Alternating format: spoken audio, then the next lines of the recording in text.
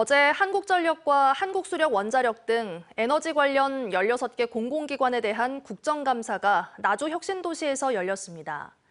재생에너지 제한에 방점이 찍혀 있는 현 정부의 에너지 정책과 오랜 기간 누적돼 있는 한전의 적자 구조 등을 둘러싸고 여야 간 공방이 이어졌습니다. 주현정 기자가 보도합니다.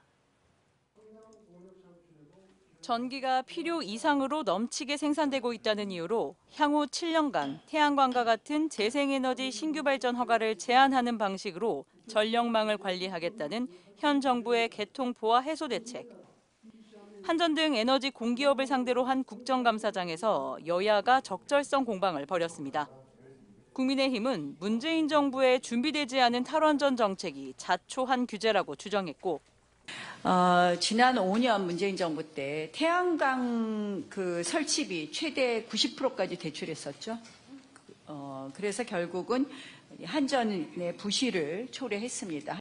더불어민주당은 윤석열 정부의 재생에너지 정책이야말로 모든 부분에서 세계적 흐름을 역행하고 있다고 지적했습니다. 재생에너지는 다 전라권과 경상권에서 만들어질 텐데 이거를 옮겨갈 수 있는 송배전망이 제대로 갖춰지지 않는다면 이거 한전의 직무유기 아닙니까?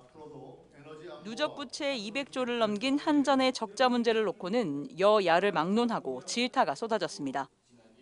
적자의 원인, 해소 대책에 이르기까지 한전의 추진 의지와 현실성에 의문보를 제기했습니다.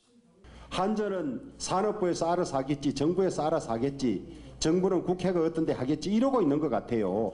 제일 중요한 책임은 한전 사장에게 있어요. 한전의 재정 건전화는 반드시 이루어져야 합니다. 그런데 자체산 재평가나 남서울 본부 매각처럼 현실성 없는 내용만 강조하고 있습니다. 체코 원전 수주를 둘러싼 공방도 치열했습니다. 이 과정에서 피감기관의 자료 제출 누락을 두고 고성이 오가기도 했습니다. 윤석열 정권의 국감 대비 행동수칙 제1조가 무조건 감초라입니까?